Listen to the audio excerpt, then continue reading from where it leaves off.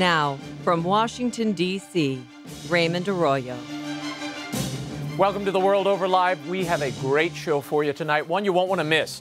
This week, the U.S. House of Representatives voted to repeal the Obama Health Care Act.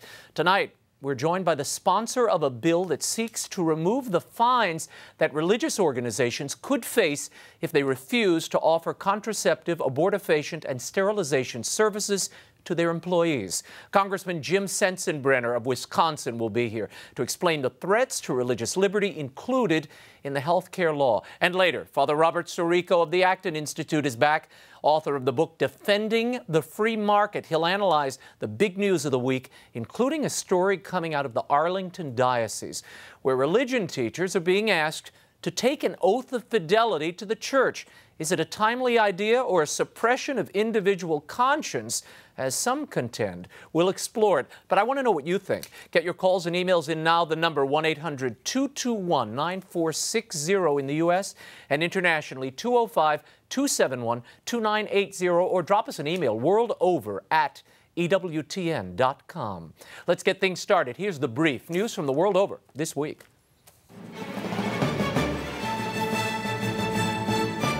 The U.S. House of Representatives once again voted to repeal President Barack Obama's health care overhaul. The vote Wednesday passed 244 to 185, with 5 Democrats joining the Republican majority. It marks the 33rd time the GOP has voted to scrap, defund, or scale back the law since becoming the House Majority Party in 2010. Although arguments for and against the law are well known, neither side missed an opportunity to voice their opinion. Here's the current Speaker of the House, John Boehner, and former Speaker Nancy Pelosi. Bills making our economy worse, driving up the cost of health care, and making it harder for small businesses to hire new workers. Most Americans not only oppose this law, but they fully support repealing it. The list goes on and on. People with disabilities. With this bill that you have on the floor today, you will take away their right to affordable coverage. The health care repeal bill is likely dead, as the Democrat-controlled Senate is not expected to consider it. And another Catholic entity is going to court over the federal contraceptive mandate. On Monday, Catholic Charities of Chicago joined the dioceses of Joliet and Springfield in challenging the Obama administration's contraceptive rule. Chicago Archbishop Cardinal Francis George warned that Catholic Charities will lose its identity as Catholic unless the HHS mandate is changed. The rule requires most employers to provide contraception, including sterilization and abortion-causing drugs, in its employee health plans. Chicago's Catholic Charities is immense. It employs 2,700 people, and last year it served 2.5 million meals to the needy, over 450,000 nights of shelter to the displaced and homeless, and nearly 900,000 hours of service to the elderly. More than 50 Catholic plaintiffs are now involved in 23 lawsuits against this contraceptive mandate. In our next segment, hear what President Obama said about the religious freedom of Catholic employers and his defense of the contraceptive mandate. And a major Planned Parenthood affiliate faces charges that it fraudulently billed Medicaid for nearly $28 million. A whistleblower lawsuit filed by a former clinic director claims that the Des Moines-based Planned Parenthood of the Heartland billed Medicaid for abortion-related services such as blood tests and other procedures which are not covered under federal law. Allegedly, more than 500,000 fraudulent Medicaid claims were filed between 2002 and 2007. Planned Parenthood is also accused of unlawfully prescribing birth control without regular patient examinations. The lawsuit was filed in March of 2011, but had been under seal as federal and Iowa state authorities considered whether to prosecute the case. If found guilty of fraud, Planned Parenthood could face fines of up to $5.5 billion. And security at churches in Kenya was beefed up after terrorist attacks killed 18 last Sunday. In simultaneous assaults, masked men lobbed grenades at and fired on worshipers inside Our Lady of Consolata Catholic Church and the African Inland Church near the Somali border. Somali jihadist group Al-Shabaab is suspected in the attacks. In addition to an added police presence, local Muslim leaders have recruited Islamic civilians to assist police in protecting the churches. And security was also ramped up in northern Nigeria after another weekend of violence there. Raids and reprisal attacks left 58 people dead in Christian villages near the city of Jos. According to police, hundreds of armed assailants launched coordinated and sophisticated attacks on several Christian villages. Jos Archbishop Ignatius Kaigama told Vatican Radio that the faithful are feeling increasingly desperate about the persistent violence. He called for international cooperation to help curb the brutality as Nigerian security forces struggle to protect the Christian population. And a major decision for the 2 million members of the Episcopal Church, mostly in the U.S.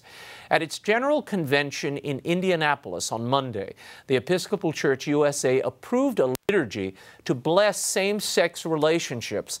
Stopping short of calling it a marriage liturgy, the rite looks and reads like a marriage ceremony. Vows and rings are exchanged and a consecrated minister officiates. The move immediately caused a rift. The bishop and delegation from the Diocese of South Carolina walked out of the convention in protest. Bishop John Bauerschmidt of Tennessee said the same-sex liturgy, quote, does not have the basis in scripture, tradition, or reason for us to authorize its use. Also this week, the Episcopal Church cleared the way for transgender ordination. Additions to its canons read that gender identity and gender expression cannot prevent one from ordination or lay ministry. Meanwhile, at the Church of England's General Synod in York, England, consideration of female bishops in the church continues after a contentious debate. The governing General Synod voted to table the matter until November, as proponents of female ordination objected to measures that would allow parishes to opt out if a female bishop were appointed head of that diocese. Archbishop of Canterbury, Rowan Williams, recommended the tabling to, quote, lower the temperature of the debate and allow more time for consideration. And Vatican-China relations were rather rocky this week. A newly ordained bishop loyal to Rome was taken into custody by Chinese officials this week during his ordination mass. Bishop Thaddeus Madaquin was ordained an auxiliary of the Diocese of Shanghai on July 7th. Amateur video at St. Ignatius Cathedral captured the moment of rapturous applause when Bishop Ma announced that he was leaving the government-controlled Catholic Patriotic Association. Several state officials were present during the Mass. The arrest sparked protests in Hong Kong over the communist regime's oppression of the Catholic Church. Demonstrations were led by Cardinal Joseph Zen. Meanwhile, the Vatican announced the excommunication of a Chinese bishop who was ordained without the approval of the Holy See. Joseph Yu Fusheng, the deputy chairman of the government-run church in China, was ordained on July 6th in Harbin. On its website, the State Administration of Religious Affairs called the Vatican's action rude and unreasonable. The Holy See has long insisted that it has the right to decide who is ordained and who is not, regardless of the country in question. And this week marks the 5th anniversary of Pope Benedict's historic motu proprio Summorum Pontificum, expanding and encouraging the use of the Old Latin Rite. In an interview with Catholic News Service, senior Vatican official Cardinal Raymond Burke said that much work remains to make what is now known as the Extraordinary Rite accessible to the faithful. Cardinal Burke lamented the resistance of some bishops to what the Holy Father has asked and characterized it as harmful to the Church. When we return, Congressman Jim Sensenbrenner will tell us about his bill to protect religious groups from the taxes and penalties in the healthcare law. And I'll comment on the best-selling 50 Shades of Grey series. You won't want to miss any of it. The World Over Live continues in a moment. Stay right there.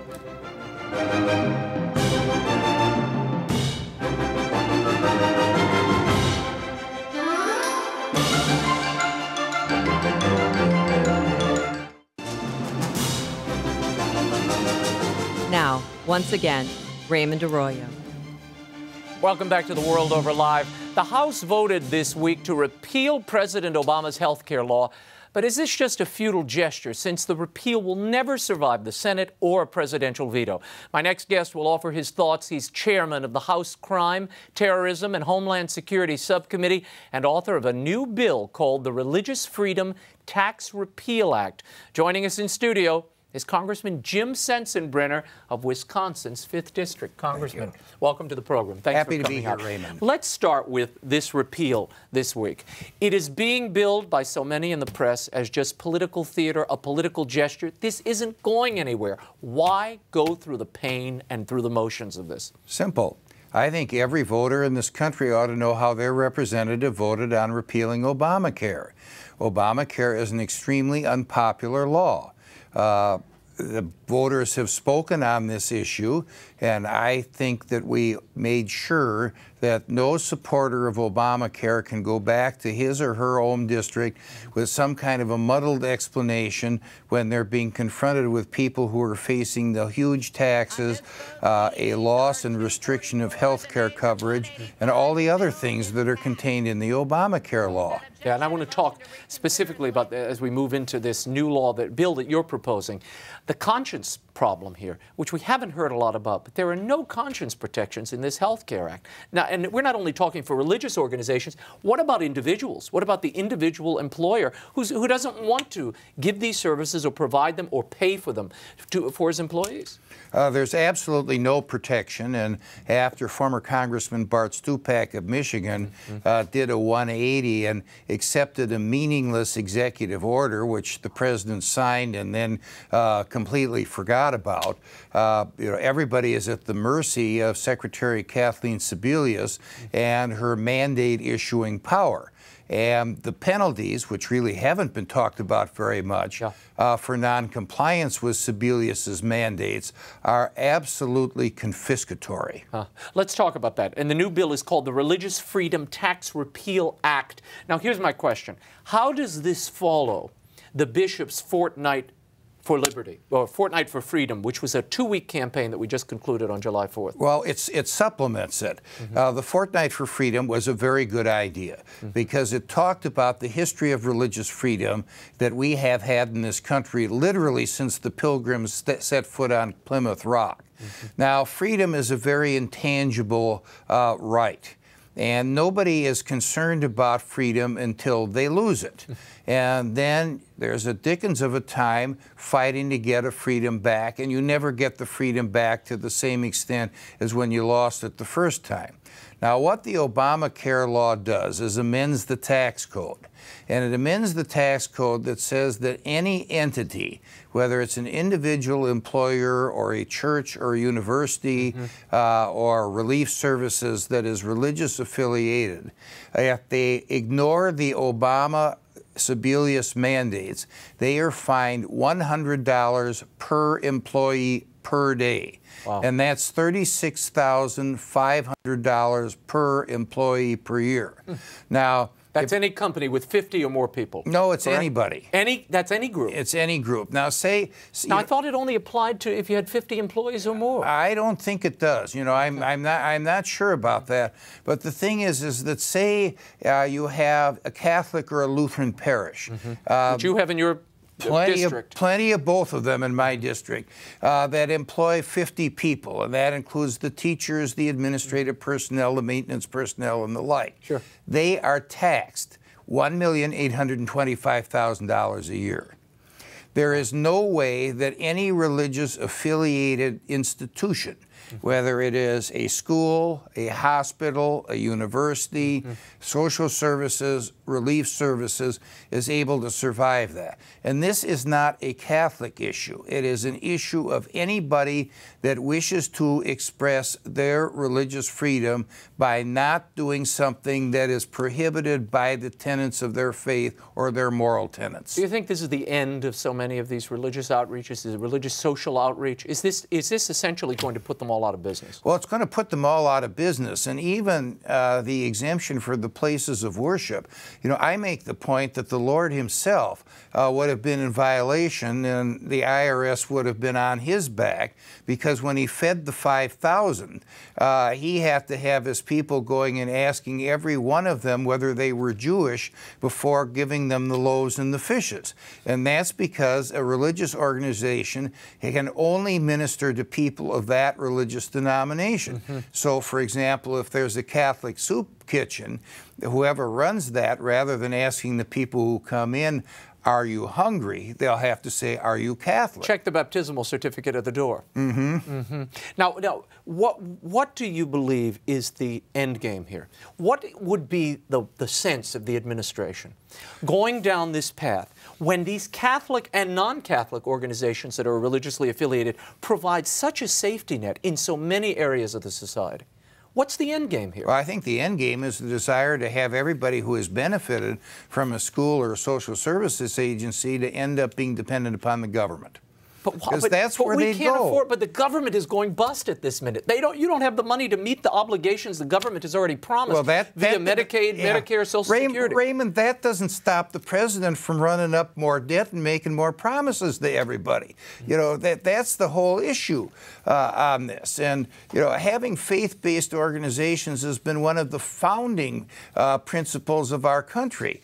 And the various religious denominations have been doing those kinds of services long before the government stuck its nose into trying to do it itself. When do these penalties, now called officially a tax, when do these penalties or taxes kick in for these religious affiliated organizations and for everybody? Is it this August or next August? Well, it's this August, but religious affiliated organizations can apply for a one-year grace period on that. Cardinal Dolan has said, you know, let's join the fight now, you know, because we're not going to change our position on that, and the Cardinal's right.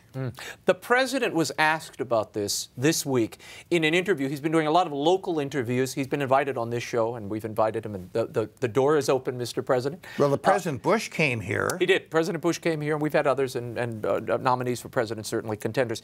But there's an open invitation. He interviewed this week with several local reporters, which he's been doing around the country. He spoke to Karen Swenson at WWL in New Orleans, and she asked him about the HHS mandate and the conflict with religious liberties. Listen to his response. What can you say about a health care bill that'll mandate insurance companies to provide birth control, sterilization, etc. to employees of Catholic universities, hospitals, and churches, since this goes against the Catholic religion? We know there is compromise language in place. Some say it doesn't go far enough, and that the much bigger issue is religious liberty, not contraception. Yeah, well, it's absolutely true that religious liberty is critical. I mean, that's what our country was founded on. That's the reason why we exempted churches, we exempted religious institutions, but we did say that big Catholic hospitals or universities who employ a lot of non-Catholics and who receive a lot of federal money, that for them to be in a position to say to a woman who works there, you can't get that from your insurance company, even though the institution isn't paying for it, that crosses the line where that woman, she suddenly is going to have to bear the burden and the cost of that, and that's not fair. Your response, Congressman Sensenbrenner, is this not fair to that woman working at the Catholic institution? Well, I think fair is the wrong word to use. The president is spinning words. The question, very simply, is whether a Catholic hospital or a Seventh-day Adventist hospital or a Lutheran hospital should have to pay for services or drugs that are prohibited by the dogma of that particular faith. And basically what the president is saying is that you either break the tenets of your faith and get off scot-free, or you adhere to the tenets of your faith and get fined $100 per employee per day, which will put you out of business. This is the first time since I introduced my bill that we have actually put a price tag on how much it costs to defend an individual or an institution's religious freedom. $100 per employee per day, every day, and it's a tax, so the ever-compassionate IRS will go out and collect it. I want to share this email with you. This is Tricia. She writes from Rochester, New York. She says, I lived in Lancaster, Pennsylvania for a year, and anecdotes there say the Amish have had many legal concessions made to them so they could observe their religious beliefs. Is there any truth to this? And why wouldn't that be a precedent for religious freedom? And why wouldn't that extend to the rest of us? Well, yes, there is. It's in the bill. And the first Supreme Court case on Amish education came out of Wisconsin. And there was an exemption made to the Wisconsin compulsory school law to allow Amish kids to be taught in Amish schools. And in the health care law, there is an Amish exemption as well, yes, where they don't have to buy insurance because it's against the tenets of their faith. Why only do the Amish qualify? Well, since I've been a strong opponent of Obamacare, I'm not the one to answer that. Maybe the president should be asked that question the next time. Yeah, well, the interesting part about, I thought the interview, the New Orleans interview we played a minute ago, the president said, well, these are big universities and hospitals, Catholic hospitals, universities, they get federal money. EWTN would be subject to this same penalty, the network I work for. They don't get any federal money. And there are many businesses that also are religiously affiliated but get no federal money. Why should they be subject to this tax? Well, they shouldn't be, and the only way they get out of receiving federal money is not by treating Medicare and Medicaid patients. And boy, you know, that's a shot to the heart of every senior citizen. Let's go to the phones. Anne from Pennsylvania, what's your question? Hi. I was wondering, isn't it true that President Obama granted waivers from Obamacare or the health care to numerous organizations and unions and so on? How do they qualify? I mean, doesn't it sound discriminatory? Well, it is discriminatory. There are different strokes for different folks. I think that's the only way that this can be described. Secretary Sebelius did grant over 1,200 waivers, and then it got to be so embarrassing that she said she wasn't going to grant anymore. I was, asked, why I opposed Obamacare, and I said, if this was so great, then why did 1,200 of the president's favorite organizations get waivers from having to go in under Obamacare?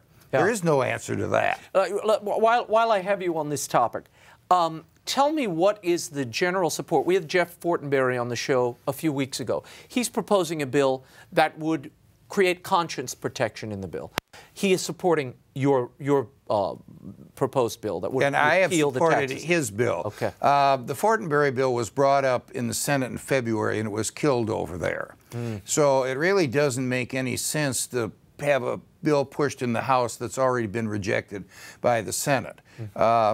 What I'm trying to do with the Religious Freedom Tax Repeal Act is to show the confiscatory taxes and these unbelievably high taxes that are stuck on non-compliant religious-based organizations. And they're not stuck on non-religious-based organizations. They're just stuck on the religious-based organizations. Now, the essence of religious freedom and separation of church and state is that the government should not ever be able to tell any church what they believe in and what they don't believe in. And here you're having the president and Kathleen Sebelius, the Secretary of Health and Human Services, telling the Catholic Church, the Wisconsin and Missouri Synod Lutheran churches, Orthodox Jews, many evangelical churches, and Muslims what they have to believe in and what they don't have to believe in. It's none of the government's business. Let's talk for a moment about the big Supreme Court ruling. You were chairman of the Judiciary Committee for many years. What do you make of Chief Justice John Roberts' legal reasoning, constitutional reasoning, in that healthcare ruling? Well, I don't see how he could change a mandate based on the Commerce Clause into a tax. The president, before the House vote on Obamacare, told George Stephanopoulos 3 times in an interview that it wasn't a tax, and he kept on pressing and drilling, and the president said, no, it's not a tax. If it were a tax, it wouldn't have passed in either house of Congress. So now it's law, and it becomes a tax. Declared so by the judiciary. Yes, when the Constitution gives Congress the power to tax.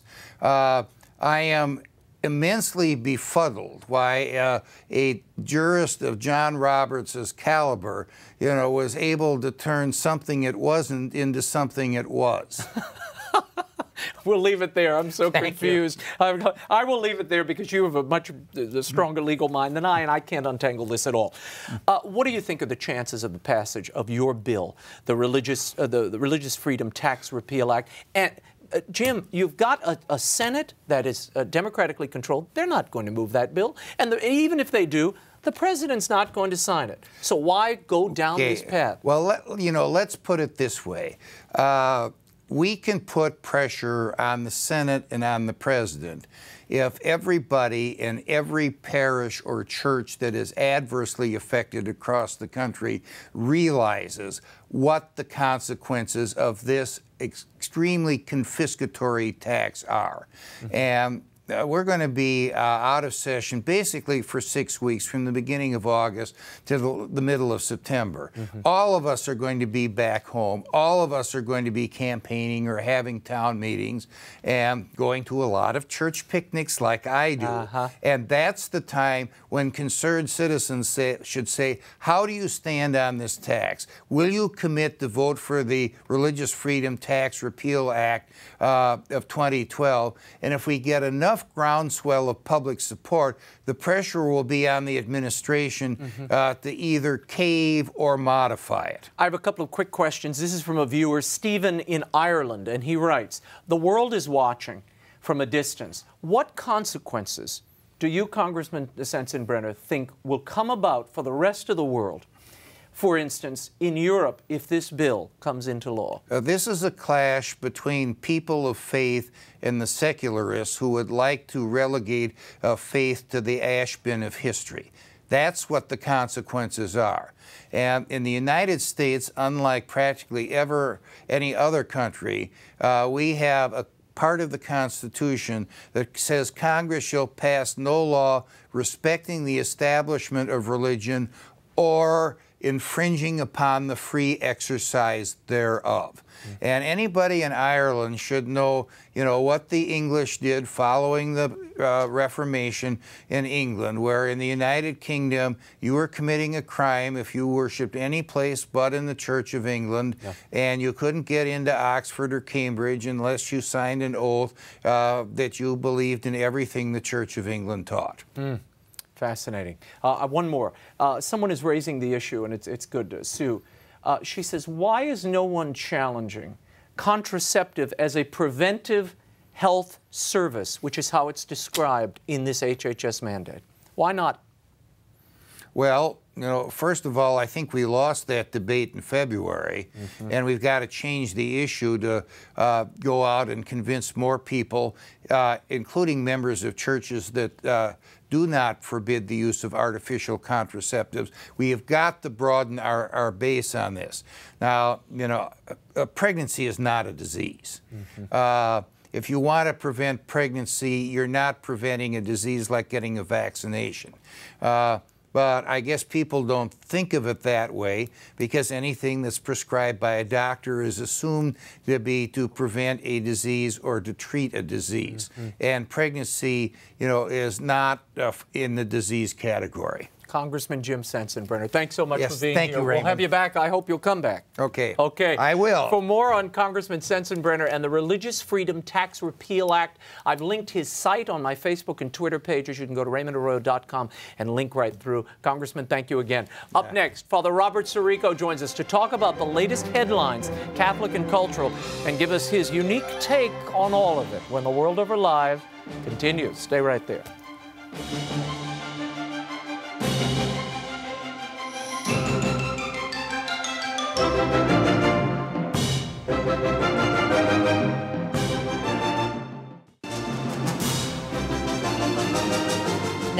Once again, Raymond Arroyo.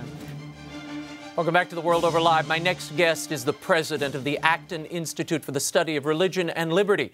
He's a regular World Over contributor, as well as the author of the recent book, Defending the Free Market, the Moral Case for a Free Economy. Please welcome Father Robert Sirico back to the program. Father Robert, thanks for coming back. If you have a question, give us a ring, 1-800-221-9460 in the U.S. and internationally 205-271-2980, or drop us an email, worldover@ewtn.com. So many of you are already responding to this first story, and I want to get into it. Fascinating. The Washington Post just revealed in a report they are describing something called an oath of fidelity that is being requested of all teachers in the Diocese of Arlington, my home diocese.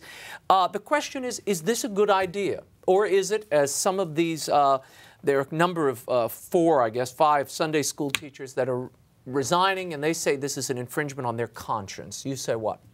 Well, the function of teaching in a Sunday school, what we call catechists, is a kind of function of the magisterium of the church. In other words, they're there in order to teach what the church teaches.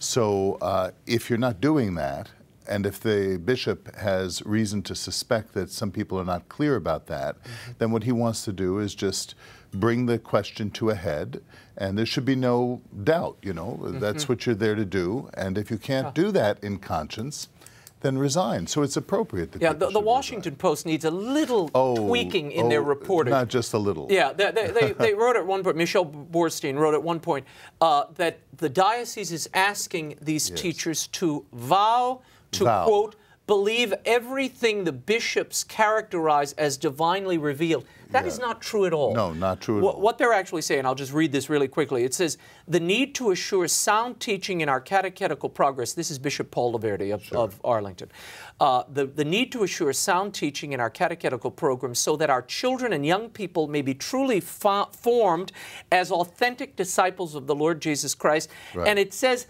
the oath, which they have to sign, says, I also believe everything contained in the Word of God, whether written or handed down by tradition, which the Church sets forth to be believed as divinely revealed. Not the individual bishop, it's church teaching. Sure, no, of course. But, you know, this is the same thing we've just been talking about. Do we have the right to have our own identity? Do we have the right to have our own heritage? Do we have the right to pass that down to our children? Why don't we get to do that? I've said probably on this show before that the greatest contribution that we can as Catholics make to pluralism and diversity is to be real Catholics. And this is now being challenged again from within the church. Yeah, it's very interesting. You see here, so many people are emailing saying they support this. They like this idea. And again, to my mind, it's just truth in advertising. If I go to a Kung Fu class, I don't want to learn Jiu-Jitsu. I want to learn Kung Fu. Much less Cha-Cha. Much less Cha-Cha, which always happens to me. But, you know, why shouldn't we have truth in advertising in the Catholic Church or everywhere else? I mean, if people are coming and they're handing over their children to be educated in the faith, one of the most important things that one can give a child is their faith, shouldn't it be the real faith? Well, you know, and what's interesting, too, is every Sunday at Mass we pronounce the Nicene Creed, which says that we believe in one holy Catholic and Apostolic Church. Now, if you don't believe that, you shouldn't be professing that either. Do you want to remove the creed from the Mass? And in point of fact, some people do. I want to read this quote to you because I think it is illustrative of what a lot of people, or some people listening to this and hearing about this story, might be thinking. And it says, this is Kathleen Riley. She's one of the Sunday school teachers who has resigned over this oath, which is really just a profession of faith. It's signing a profession of faith. It's the creed and then a little statement at the bottom. Kathleen Riley says in the Washington Post, I'm just shocked. I can't believe they're asking me to sign this. The bishops are human, and sometimes their judgment is not God's judgment. We always have to be vigilant about that. The Holy Spirit gives us the responsibility to look into our own consciences. You would say what? I would say she needs to go to catechism class because she doesn't understand the role of conscience as taught by the Church. Conscience doesn't invent truth. Conscience calls us to the truth. Newman said that conscience has rights because conscience has responsibilities. And part of the responsibility of conscience is to be formed in the truth, which we believe the Catholic Church articulates. The Church doesn't just tell this or that truth, it's a truth-telling thing. Well, and these aren't. That's Newman, too, These are not prudential judgments. No. This isn't whether you should, invest in the stock market or whether you should, dance on Saturdays. This is core doctrine. This is dogma that the Church has defined over many centuries. It's not something we've invented. It's not something that the Bishops' Conference has just come up with last week from a committee. Yeah, so the reportage on this has been really sloppy. But anyway, I want to hear your opinion of this. The phones are open, and we'll read some of your emails as we go on. Father, a man named in the press as Dr. Doom, Nouriel Roboni, he is predicting, and he's predicted a lot of these global economic disasters. He is predicting a perfect storm, a global economic meltdown. Here's my question. How is this tied to morality? You make the case in your book, Defending the Free Market, that there's a moral case for the free market. How is what we're seeing, the shaking of so many economies around the world, tied to moral behavior and freedom? Well, the first thing I want to do is distance myself from Rubini's predictions, because Rubini, after his right predictions a number of years ago, has made a number of other predictions. He's kind of gotten into the Gene Dixon business of predicting the future, and has been wrong on them. So I think some economists have really pointed out specifically where he's been wrong, and if you followed his investment advice, you might have lost a lot of money. But I do think what he is articulating is a general concern about the conflagration that's going on in Europe. And if we look at what the core of all of this is, Raymond, it's simply the burden of debt that people are having to bear and that they're going to pass down for generations. And this is not something that we can ignore. It will not be ignored. I'm going to read this to you. This is... well, I'll get to that in a moment, that email. I want to move on and talk about Hillary Clinton for a moment. She spoke about or to the Chinese government this week. Oh, yes. And she said, limiting freedom kills innovation and discourages entrepreneurship. I'd love your response. I think that's on page 165 of my book. You think you've been reading your book? Well, yes, no. Well, I mean, she's articulating a truth. That when you create burdens and taxes and regulations on people, the creativity is impeded as well. Human beings, by their nature, is impeded. Now, she follows that logic. It would be very interesting to see some of her defense of other aspects of her own administration. That's my question. If you're talking, if she says limiting freedom kills innovation and discourages entrepreneurship, why are we limiting the freedom, religious freedom, of so many organizations that are the social service network and safety net in this country? Or the economic freedom of people to innovate, to create, to be. I mean, this is all of a piece. It's not like there's religious freedom over here and the right to private property over here and the right to low taxation over here. All of these things emerge because human beings are one entity. Let's talk for a moment about this HHS mandate and the backlash. You've been watching and no doubt taking part in this fortnight for freedom in your diocese and seeing what's happened around the country. Where are we now? Where is the Catholic Church? Did they play their cards, if you will, correctly with this fortnight for freedom? I think they did. I think that it was a masterful effort. I was impressed in my one of our parishes in Grand Rapids. I was asked to speak. It was a full church. My sense is, this is what's very interesting about it. In my conversations with people, even Catholics who are not, you know, hot on fire Catholics who are involved with a lot of things in the parish, but people you'd call moderate Catholics, but serious Catholics, are very concerned about the threat to the institutions because they realize that this is very dangerous. Was this a game changer, do you think, politically and spiritually? Yes, I think this, you mean for the church itself? For the church itself and for the political situation? No, absolutely. I think the bishops themselves, the tone of their conversations in Atlanta was so much different than previous conferences. I think the changes going on at the Bishops' Conference has all of the right people nervous.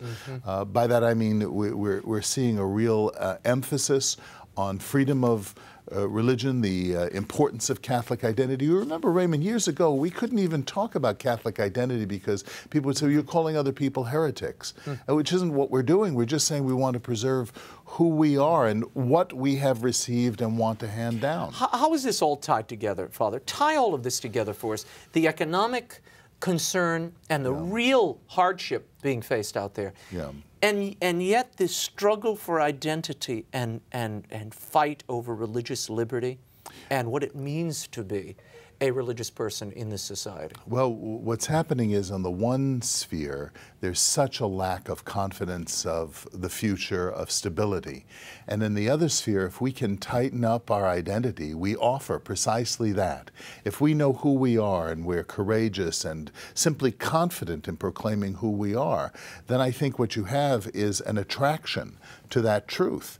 And it's a perfect timing. I think there are a number of other connections that still need to be made because what the President said about receiving government funding underscores some of the problem. We need to rethink the way we do charity and the way the government gives out money. I've been proposing for many years that we don't do it by taxing people, taking it to the federal government, redistributing it, but that we do it through establishing what our tax burdens are and then allowing people to, in the form of tax credits, take a portion of their liability and support organizations. It seems that all of this, so many of the issues we talk about on the show, the bills facing Congress, the wrenching feeling out there over the HHS mandate and aspects of the health care law, aspects of it, not the whole law, it has caused this great divide in the country that I imagine will be settled at the ballot box in November. Is that really what this is all about? Where this is tending? I think that is part of the hype in the media. I mean, the media loves a good controversy, and this is it on stilts right now.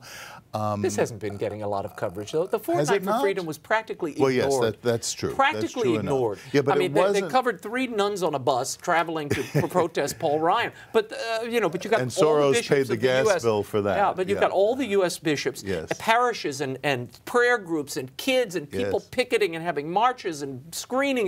No coverage at all. No, but the fact is, all of those things happen, and people in the localities know it. The Catholic Church is the largest single denomination in the country. And at every parish, there were bulletin announcements, homilies, events taking place, prayer services, and I think that is a reality that can't be ignored, ultimately can't be ignored. Even the President isn't ignoring this, and he no doubt is aware that there is this consternation out there, and this vote, this Catholic swing vote that he won in 2008, he may not win in this next election. I think he wants to retrieve his own Catholic identity. He's trying. And here he is in Ohio earlier this week. Listen. When I first got my job as an organizer for the Catholic churches in Chicago, working with parishes in low-income neighborhoods, they taught me that no government program can replace good neighbors and people who care deeply about their communities who are fighting on their behalf. So I don't believe the government can solve every problem, and I don't think it should even try. So why is the President risking those very organizations after a statement like that? Well, what can I say? Power tends to corrupt. You know, the organizations he was talking about, the community organizing organizations, were Acorn and groups like that.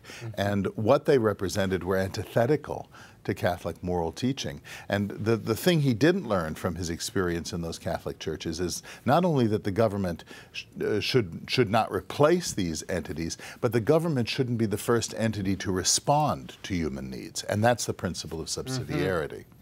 I want to return to our Arlington Oath of Fidelity story that we got to earlier. They said, and we're getting an email here, some people are saying, good, I'm glad that woman is resigning. This is a wonderful way to smoke out the people who are not being faithful to the church. Do you agree with that? Well, you know, there is a truth to that, but we shouldn't be, you know, triumphant and joyful about that, because it really, that itself represents a failure of catechesis. So even if we do say that, well, we have to do this, we need to be sad about this reality in the same way that we have to be sad about the Catholic Health Association and Georgetown and other things that have gone on. Let's go to Bob. Bob from Connecticut. Go ahead. Your question, Bob. Yes, thanks, Raymond, and thanks, Father. I agree with everything you said. You know, we sit here and you become somewhat frustrated with the events that are going on. But I think the realization that has to take place is that the secular world, led by the Obama administration, has declared war on the Catholic Church, reminiscent of what went on in England years and years ago. All the rhetoric sounds fine and everything like this, but we have to come to a realization that the mandate, I believe, comes up in August. The challenge to the mandate's not even going to hit the courts until well after that. So this has to be resolved in November. There's no ifs, ands, or buts about it. Yeah. Mm-hmm. Yeah, no, it seems that that's where it's tending. And we should say, just to clarify, Kathleen Sebelius, the HHS secretary, did say we're at war with the church on this. She actually used that lingo. Did she use the war phrase? Yeah, the president didn't, but Kathleen Sebelius Yeah, did. you know, because I was going to say, gee, let's not use war language. Right. But if she's used it, then that's a quote. I guess that's what we have. And there's another failure of catechesis. Yeah. You know, we have to be real sad about this, but very firm and very committed. Mm-hmm. I think the choice of doing the Fortnight of Freedom in the liturgical calendar where you had John Fisher, St. John Fisher, and St. Thomas More was a stroke of genius, juxtaposed to the 4th of July. Let's talk for a moment about Melinda Gates. She was interviewed on CNN by Sanjay Gupta, Dr. Sanjay Gupta, and he asked her a very precise question and well-formulated one. And you'll hear it. And he talks about the tension between her Catholic faith and her $560 million donation to contraceptive programs that would distribute contraceptives abroad. Here's the exchange. You're a practicing Catholic. You've been very open about that. Your own bishop in Dallas has said, basically said conception is sacred and it's God's greatest gift. And artificial contraception violates the meaning of this gift.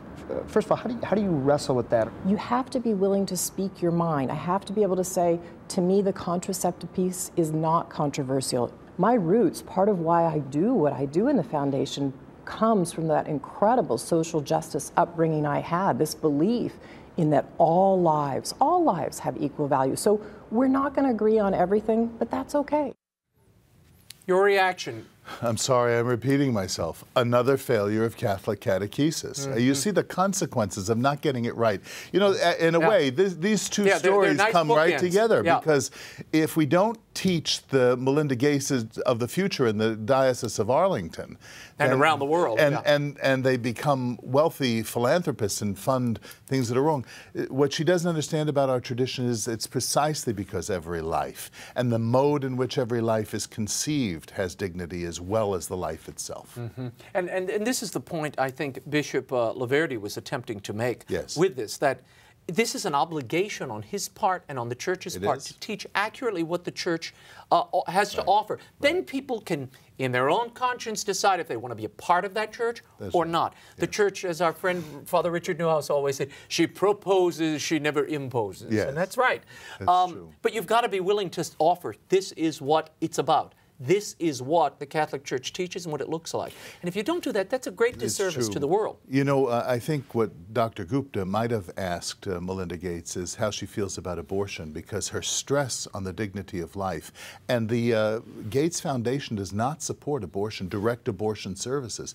And I think it would be nice to allow that to come out too, which complexifies the debate, but I think that's a good thing. Yeah, interesting. Father Robert Sirico. Good to be with you. Thank you for being here, as always. Father Roberts, Defending the Free Market, the Moral Case for a Free Economy, is available at bookstores everywhere and online. For more on Father Robert and the work of the Acton Institute, visit acton.org. And before we go, let's cut to the chase.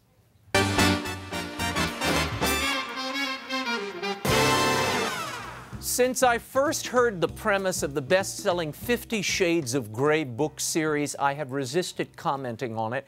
But when a series of books sells more than 20 million copies, which happened this week, it is something more than a bestseller. It's a revealing cultural touchstone which tells us something about where we are as a people. It's not for nothing that the press has labeled the book mommy porn, as the primary audience for the book are women, not necessarily young ones, and it certainly qualifies as porn. I will not go into the salacious details, but the series tells the gratuitous and sordid tale of a dashing 27-year-old business tycoon who insists that a 21-year-old woman sign a contract to submit to his every sadomasochistic whim. Why women would find such a scenario in the least bit romantic is beyond me. And why women who routinely complain about gender inequalities have nothing to say about 50 Shades of Grey is also a mystery. Having read the press accounts and flipped through a few of the books, it strikes me as misogyny writ large, nestled in the wrapping of a Harlequin romance. The troubling thing to me is that so many smart women have embraced this series. As a child advocate pointed out to me this week, when a book like this parks atop the bestseller list, is it any wonder that children are routinely abused in our society? It normalizes the objectification of people and unspeakable acts. If this is what women in the U.S. and around the world find romantic, sexual brutality and being dehumanized by a man, what lessons are their daughters to take from this? And what cues are we as a culture giving to the young men who will date them? 50 Shades of Grey, indeed, or perhaps 50 Shades of Darkness. Well, that's all the time we have, but the show continues on Facebook and Twitter. Let me know what you think. Go to RaymondArroyo.com. The Twitter and Facebook pages are all aflutter, and they're linked on the left-hand side of my website. Go like me on Facebook and follow me on Twitter. Join us next week when my guests will include Bishop Makram Gassis of Sudan and film critic Stephen Gredanis. He and I will discuss whether The Dark Knight Rises is a good thing. So until next week, we'll be scouting the world over for all that is seen and unseen. On behalf of the staff and crew of EWTN News, I'm Raymond Arroyo. Thanks for watching. Bye now.